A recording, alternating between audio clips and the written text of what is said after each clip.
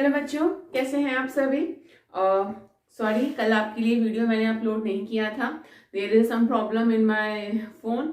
सो आज स्टार्ट करते हैं। हम लोग जर्नल इंट्रोडक्शन के बारे में हम लोग बात कर रहे थे और इन जर्नल इंट्रोडक्शन हम लोगों ने डिस्कस किया था कि प्रोकैरियोटिक हमने बहुत कुछ डिस्कस किया है इन बिटवीन 10 डेज के अंदर। ये चैप्टर जो है वो आपका एक प्रॉपर, मतलब अगर हम बात करें कि 11th-12th में जो कुछ भी तुमने पढ़ा है ना, उसका सारा सम अप है ये, ठीक है। इसीलिए जो चैप्टर है वो थोड़ा सा ज्यादा खिंच रहा है आप लोगों का, है ना। तो यहाँ पे हम लोग इन जनरल इंट्रोडक्शन के बारे में इन ब्रीफ बात कर रहे हैं।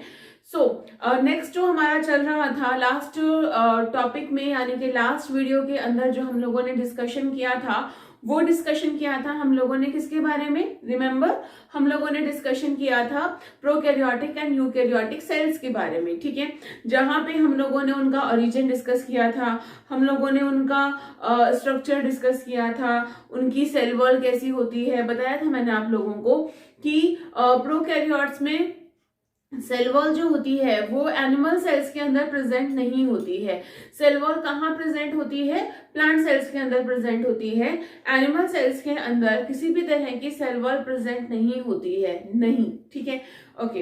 अच्छा, दूसरी इंपॉर्टेंट चीज कि जितने भी बैक्टीरिया होते हैं उन सारे बैक्टीरिया के अंदर यहाँ पे अगर हम बात करें एक तरह की लेयर होती है, प्रोटेक्टिंग लेयर होती है, और उस प्रोटेक्टिंग लेयर जो बनी होती है उसको हम बोलते हैं पेप्टाइडोग्लाइकेन की लेयर बनी हुई होती है। क्लियर। चलो, अब वो म्यूरेमिक एसिड से बनी हुई होती है, तो ये हम आगे डिटेल में डिस्कस करेंगे। नेक्स्ट हम लोग बात करते हैं कैप्सूल्स के बारे में, ठीक है। सॉरी, इससे पहले एक चीज और मैं यहाँ पे लिख देती हूँ, कैप्सूल। बच्चों, कैप्सूल जो होता है, अगर ओवरऑल में बात करूं आप लोगों से कि कैप्सूल एक ऐसी स्ट्रक्चर होती है जो प्रोकैरियोटिक ऑर्गेनिज्म बनाते हैं अपने आप को प्रोटेक्ट करने के लिए, ठीक है। देखो, उनके पास कोई घर नहीं है खास रहने के लिए, कोई फालतू की अगर मैं सीरियसली सॉरी, उनके पास कोई घर नहीं है रहने के लिए, उनके पास कोई न्यूट्रिशन मिले ना मिले, खाना मिले ना मिले, कोई जरूरी नहीं होता। तो जब भी उनको ये लगता है कि कंडीशंस जो है वो हार्श कंडीशन है, यानी कि एक्सट्रीम टेम्परेचर है लो साइड में या हाई साइड में, टेम्परेचर जो है वो या तो बहुत ज्यादा लो है या फिर टेम्परेचर जो है ये बहुत ज्यादा हाई है, दोनों ही कंडीशन के अंदर अगर हम बात करें यहाँ पे, तो जो कुछ ऐसे बैक्टीरिया होते हैं जो अपने चारों ओर एक तरह की लेयर बना लेते हैं, और वो लेयर जो होती है उस लेयर को हम कैप्सूल बोलते हैं। और ये जो क्या करते हैं, ये अपने साइटोप्लाज्म को थिक कर लेते हैं, ठीक है, और अपना डीएनए प्रोटेक्ट करके चलते हैं। याद रखना, यहाँ पे ये अपना डीएनए प्रोटेक्ट करके चलते हैं, डीएनए को ये सेव कर लेंगे, ठीक है। अब जब इन्होंने अपना डीएनए प्रोटेक्ट कर लिया है ना, तो डीएनए के प्रोटेक्शन के बाद में फिर उसके चारों ओर एक लेयर बना लेते हैं, और इस कैप्सूल के ऊपर यू वॉन्ट बिलीव कि किसी भी चीज का कोई इफेक्ट नहीं पड़ता, ठीक है। ना तो इफेक्ट पड़ता है क्या कहते हैं ज्यादा हीट का, ना इफेक्ट पड़ता है ज्यादा कोल्ड का, ना इफेक्ट पड़ता है किसी का जो बहुत ज्यादा एक्सट्रीम कंडीशंस होती हैं, ठीक है, किसी भी चीज का यहाँ पे इफेक्ट नहीं पड़ता। और ये जो टेक्निक है सिर्फ और सिर्फ बैक्टीरिया के पास है, ठीक है। हालांकि कुछ फंगस फंजाइज जो होती हैं वो भी बनाती हैं। तुमको एक चीज जानकारी के लिए बता दूं, जितनी भी पैकिंग इंडस्ट्रीज हैं, पैकिंग इंडस्ट्रीज का मतलब जैसे कि कोक हो गया या माजा, फ्रूटी, ये जितनी भी चीज, आप कैनिंग इंडस्ट्रीज जो है सबसे ज्यादा परेशान रहती है इन कैप्सूल बैक्टीरिया से, क्योंकि उस टाइम पे तो ये कोई भी कंडीशन को झेल लेते हैं, ठीक है, और बाद में ये प्रोडक्ट को खराब कर देते हैं, ठीक है। सो ओवरऑल कैप्सूल का जो मेकिंग है, कैप्सूल जो बनता है प्रोकैरियोटिक सेल्स के अंदर बनता है, मगर यूकैरियोटिक सेल्स के अंदर यूजुअली ये नहीं बनता है। इस चीज को आप लोग ध्यान करके चलिए, ठीक है। अच्छा, दूसरी इंपॉर्टेंट चीज, ये बना किसका होता है, ये म्यूकोपॉलीसेकेराइड का बना हुआ होता है, ठीक है। इसका बना हुआ होता है म्यूकोपॉलीसेकेराइड,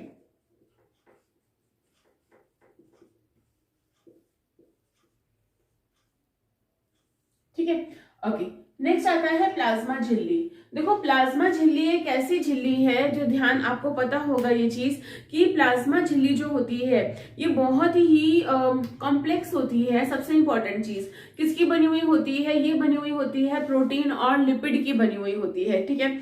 अच्छा, दूसरी इंपॉर्टेंट चीज, यहाँ पे ओवरऑल जो यूकैरियोट्स होते हैं उनके अंदर एक वेल डिफाइंड प्लाज्मा मेम्ब्रेन होती है जो सेमी परमिएबल या सिलेक्टिवली परमिएबल हो सकती है, ठीक है।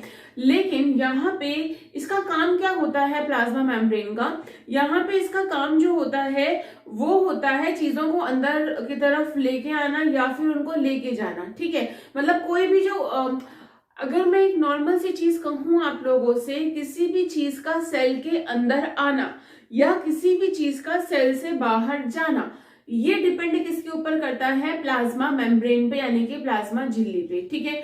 तो यहाँ पे जो होती है यूकैरियोट्स की जो प्लाज्मा झिल्ली होती है ये कैसी होती है बेटा, ये सुविकसित होती है, ठीक है। कैसी होती है ये झिल्ली, सुविकसित होती है। जो प्रोकैरियोट है इनकी झिल्ली ओके होती है, बट यहाँ पे अगर हम बात करें स्पेशल टाइप के मतलब स्पेशल टाइप के स्ट्रक्चर्स होती हैं जो कि रेस्पिरेशन में काम आती हैं, जिनको हम क्या बोलते हैं, मीजोसोम्स, ठीक है। यानी कि श्वसन के लिए जो एंजाइम्स हैं, श्वसन के लिए जितने भी एंजाइम हैं ये यहाँ पे उपस्थित होते हैं, ठीक है। और इन स्ट्रक्चर को हम मीजोसोम्स बोलते हैं, ठीक है। मैं दोबारा से बोल रही हूं कि श्वसन के लिए इनकी जो प्लाज्मा झिल्ली होती है, भाई नेचुरल सी चीज है, आप लोगों को पता है कुछ बैक्टीरिया ऐसे होते हैं जो एरोबिक होते हैं। एरोबिक का मतलब हुआ कि ऑक्सीकारक बैक्टीरिया होते हैं जो क्या काम करते हैं, जो ओवरऑल यहाँ पे ऑक्सीजन लेते हैं, ठीक है। कुछ बैक्टीरिया जो ऐसे होते हैं जो कि कैसे होते हैं, जो कि ऑक्सीजन नहीं लेते हैं, है ना। तो अगर हम बात करें कि वो बैक्टीरिया जो ऑक्सीजन लेते हैं तो उनके लिए भी एक तरह का श्वसन होता है। अच्छा, आप लोगों ने मैं आपको एक चीज बताती हूँ, बैक्टीरिया बहुत टाइप के होते हैं, जरूरी नहीं है कि वो ऑक्सीजन ही ले, वो किसी भी चीज को यूज कर सकते हैं एज अ रेस्पिरेटरी सबस्ट्रेट, ठीक है। किसी भी चीज को एज अ रेस्पिरेटरी सबस्ट्रेट वो यूज कर सकते हैं, जरूरी नहीं है कि वो वाटर ही हो। खैर, इन सब चीजों के लिए जो एंजाइम्स होते हैं वो एंजाइम्स हमेशा कहाँ प्रेजेंट होते हैं, वो होते हैं प्लाज्मा झिल्ली के ऊपर, ठीक है। कहाँ होंगे, मीजोसोम्स पे। चलिए नेक्स्ट हम बात करते हैं कोशिकांग के बारे में। कोशिकांग यानी कि सेल ऑर्गेनल्स के बारे में। बच्चों यहाँ पे ओवरऑल क्या कहते हैं, यहाँ पे जो सेल ऑर्गेनल्स होते हैं यूजुअली कैसे होते हैं, कम होते हैं, ठीक है। कोशिका अंग जो होते हैं वो कैसे होते हैं, कम होते हैं। अंगक जो होते हैं ये कम होते हैं, यहाँ पे कैसे होते हैं, ज्यादा होते हैं, ठीक है। कोशिकांग यहाँ पे कैसे हैं, कम, और यूकैरियोटिक में कैसे हैं, ज्यादा होते हैं। क्योंकि देखो यहाँ पे अगर हम बात करें तो प्रॉपर तरीके से केंद्रक नहीं होता है प्रोकैरियोटिक सेल्स के अंदर, कोई अंतःप्रद्रव्य जालिका नहीं होती है, दुनिया भर की चीजें यहाँ पे नहीं होती हैं। तो इसीलिए हम लोग यहाँ पे ये बोलते हैं कि जो कोशिकांग होते हैं वो कैसे होते हैं, कम, और वहां कैसे होते हैं, ज्यादा। नेक्स्ट हम लोग बात करते हैं राइबोसोम्स के बारे में। बेटा राइबोसोम्स क्या काम आते हैं, राइबोसोम्स का काम होता है ये वर्क करते हैं एज अ प्रोटीन फैक्ट्री, ठीक है। यानी कि ये क्या होते हैं, ये प्रोटीन फैक्ट्री होते हैं जो क्या काम करते हैं, प्रोटीन का बनना जो होता है, ठीक है। वहां पे ही आपको मैंने बहुत कुछ वीडियोस पहले बताया था, रेप्लिकेशन, ट्रांसक्रिप्शन, ट्रांसलेशन, ठीक है। डीएनए से डीएनए रेप्लिकेशन, डीएनए से एमआरएनए ट्रांसक्रिप्शन, और ट्रांसक्रिप्शन से अगर हम बात करें एमआरएनए से जो प्रोटीन बनता है उस चीज को हम लोग क्या बोलते हैं, ट्रांसलेशन बोलते हैं। सो ओवरऑल अगर मैं बात करूं यहाँ पे आप लोगों से कि जो राइबोसोम्स होते हैं वो बैक्टीरिया के अंदर भी प्रेजेंट होते हैं, क्योंकि इनको भी तो बेटा बहुत सारे एंजाइम्स चाहिए अपनी एक्टिविटीज करने के लिए। सो ओवरऑल यहाँ पे 70S टाइप के राइबोसोम्स प्रेजेंट होते हैं, ठीक है। कौन से टाइप के, 70S, और यहाँ पे जो प्रेजेंट होंगे वो 80S टाइप के प्रेजेंट होंगे। बच्चों यहाँ पे जो S का मतलब जो होता है, जैसे कि अगर मैं ये बोलूं तो S में भी यहाँ पे 60S एंड 40S, ठीक है, और यहाँ पे 50S और इधर 30S। तो आप लोग 11th-12th पढ़ के आए हो, ठीक है, तुम बोलोगे कि मैडम बार बार ये चीज बोलती है, लेकिन फिर भी ये एक बेस था। एस क्यों लगाते हैं, थोड़ा सा आंसर दो अपने मन में, क्योंकि अभी मतलब हम लोग इंटरेक्ट नहीं है, तो एक नॉर्मल सी चीज है कि जो एस यूनिट होती है, एस यूनिट आप लोग अभी फर्स्ट ईयर में हो, अगर आप लोग नीट का एग्जाम दे रहे हो तो उसके लिए भी बहुत इंपॉर्टेंट चीज बता रही हूँ आप लोगों को।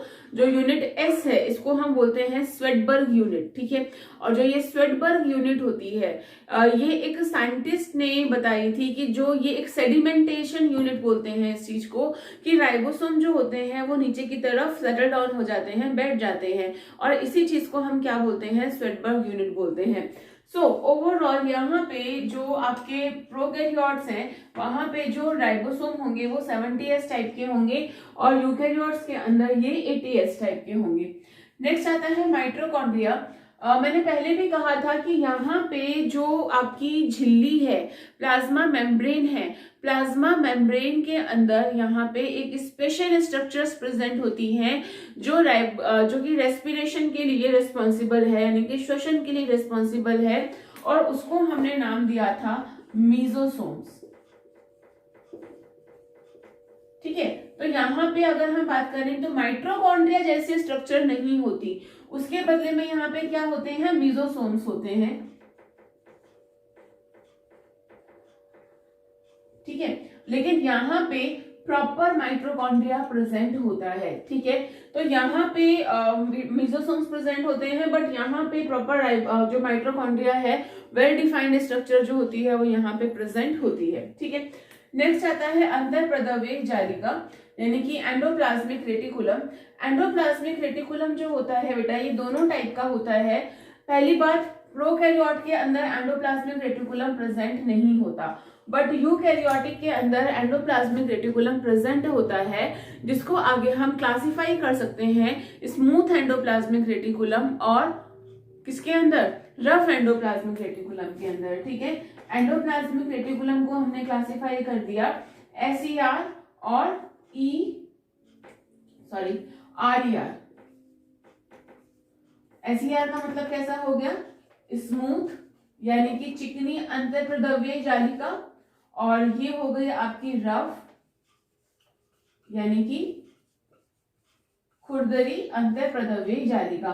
बेटा इसका मतलब थोड़ा सा ध्यान से समझना, इसको रफ क्यों बोल रहे हैं, इसको खुरदरी क्यों बोल रहे हैं। इसको हम खुरदरी इसलिए बोल रहे हैं क्योंकि यहाँ पे अगर हम बात करें रफ का मतलब क्या हुआ, यहाँ पे इसको हम रफ इसलिए बोल रहे हैं क्योंकि यहाँ पे राइबोसोम्स प्रेजेंट होते हैं, ठीक है। तो अगर हम बात करें कि एक सेल है, यहाँ पे एक सेल है, सेल के अंदर एक न्यूक्लियस है, न्यूक्लियस के चारों ओर यहाँ पे इस तरह से ये होती है।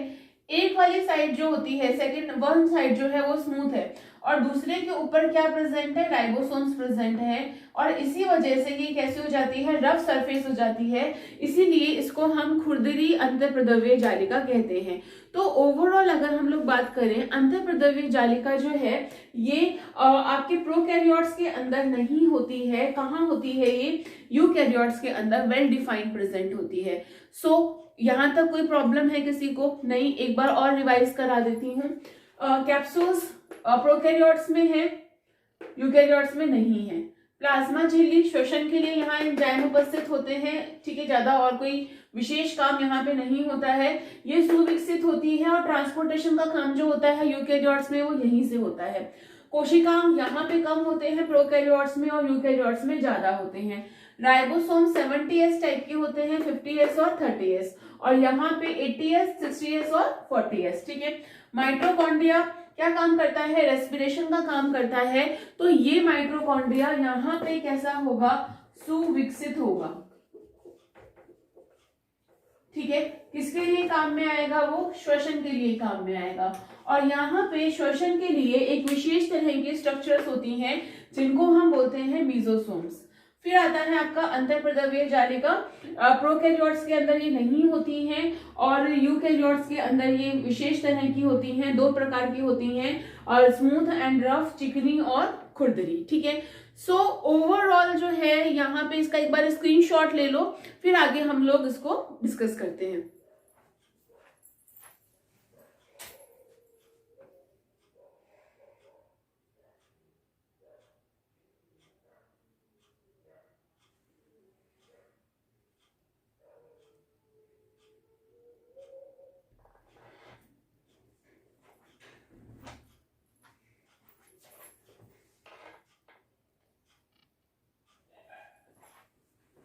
बेटा उम्मीद करती हूँ कि आप लोगों ने पहले वाला स्क्रीनशॉट लिया होगा। अब हम नेक्स्ट चीज के बारे में डिस्कस करने वाले हैं। जो नेक्स्ट है उसको हमने नाम दिया गोल्जी काय, यानी कि गोल्जी बॉडी। गोल्जी काय का काम क्या होता है? गोल्जी काय एक तरह का पोस्टमैन होता है।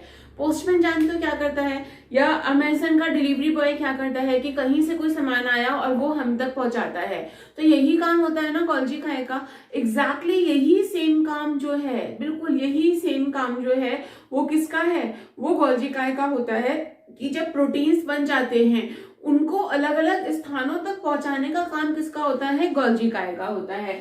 सो प्रोकैरियोट के अंदर गोल्जी काय एब्सेंट होता ही नहीं है, बट यूकैरियोट्स के अंदर गोल्जी काय well developed well defined structure में प्रेजेंट होता है, जिसका काम क्या है, चीजों को एक जगह से दूसरी जगह पे लेके जाने का। नेक्स्ट अगर हम बात करें लाइसोसोम्स, गोल्जी काय ही आगे जाके मॉडिफाइड हो जाता है लाइसोसोम्स के अंदर, जिसका काम क्या होता है, जिसका काम जो है वो बेसिकली काम क्या है कि ये डाइजेशन में हेल्प करता है। ठीक है, पहली बात, पहले तो मैं क्लियर कर दूं कि लाइसोसोम्स प्रोकैरियोटिक सेल्स में नहीं होते, यूकैरियोटिक सेल्स के अंदर प्रेजेंट होते हैं। तो लाइसोसोम्स जो है वो यूकैरियोटिक सेल्स में प्रेजेंट है। इनका काम क्या है, इनका बेसिक फंक्शन जो है ओवरऑल वो ये है कि ये क्या कर रहे हैं, ये डाइजेस्ट कर रहे हैं। ठीक है, कोई भी अनवांटेड चीज आ गई डाइजेस्ट कर लिया, या फिर कुछ भी ऐसी चीज है जिसको सेल को क्या करना है, पाचन करना है, उसको डाइजेस्ट करना है, ये कर लेंगे। तुम्हें मालूम है इसको सुसाइडल बैग्स भी कहते हैं, यानी कि इसको आत्मघाती थैली भी बोलते हैं, क्योंकि यहाँ पे विशेष तरह के एंजाइम्स पाए जाते हैं जो अगर लाइसोसोम से बाहर आ जाएं तो ये सेल को ही डाइजेस्ट कर लेंगे, सेल को ही पचा लेंगे। तो इसीलिए इनको हम स्पेसिफिक बोलते हैं, जिनको हम क्या बोल रहे हैं, इनको हम क्या बोलते हैं, आत्मघाती थैली बोलते हैं, यानी कि सुसाइडल बैग्स बोलते हैं। ठीक है, लवक यानी कि क्लोरोप्लास्ट, ठीक है, प्लास्टिड जिनको हम बोलते हैं। बेटा इसके अंदर प्रिमिटिव प्रकार का होता है, पुराना, आद्य प्रकार का, पुराना, प्रिमिटिव। ठीक है, और इसके अंदर कैसा होता है, सुविकसित होता है। ठीक है, मतलब यहाँ पे प्रेजेंट है, ध्यान रखना, बहुत सारे ऐसे बैक्टीरिया हैं जो फोटोसिंथेसिस यानी कि प्रकाश संश्लेषण करते हैं, और प्रकाश संश्लेषण के लिए बहुत जरूरी है यहाँ पे एक चीज का होना, क्या होना, प्रकाश संश्लेषण के लिए यहाँ पे जरूरी है बहुत ही अच्छी तरीके से क्लोरोफिल का प्रेजेंट होना, पिगमेंट का प्रेजेंट होना। जो पिगमेंट इनके अंदर, जो कि आपके प्रोकैरियोटिक ऑर्गेनिजम्स हैं उनके अंदर बहुत अच्छे से प्रेजेंट होते हैं। ठीक है, लेकिन वेल डिफाइंड क्लोरोप्लास्ट यहाँ पे प्रेजेंट नहीं होता, बट यहाँ प्रेजेंट होता है यूकैरियोट्स के अंदर। मोस्ट इंपॉर्टेंट चीज, केंद्रक, यहाँ पे केंद्रक नहीं है, यहाँ पे जो डीएनए है वो नेकेड स्टेज के अंदर प्रेजेंट है, ओवरऑल सुस्पष्ट नहीं होता है, न्यूक्लियोइड कहलाता है। ठीक है, और दूसरी इंपॉर्टेंट चीज, यूकैरियोटिक सेल्स के अंदर एक वेल डिफाइंड, एक प्रॉपर तरीके से यहाँ पे उपस्थित होता है, क्या, यूकैरियोटिक सेल्स के अंदर एक वेल डिफाइंड केंद्रक प्रेजेंट होता है। सो उम्मीद करती हूँ कि आज का टॉपिक आपको बहुत अच्छे से समझ में आया होगा। इसको थोड़ा सा रिवाइज करिएगा, इसके ऊपर क्वेश्चन बहुत पूछे जाते हैं कि प्रोकैरियोटिक और यूकैरियोटिक कोशिकाओं के अंदर अंतर स्पष्ट कीजिए। ठीक है, या differentiate between prokaryotic and eukaryotic cells. So इसमें जो डिस्क्रिमिनेशन है आपको अच्छे से करना है। कोई प्रॉब्लम है तो आप कमेंट कीजिए। ठीक है, thank you so much for watching, और इसको बहुत अच्छे से पढ़िएगा। Thank you so much.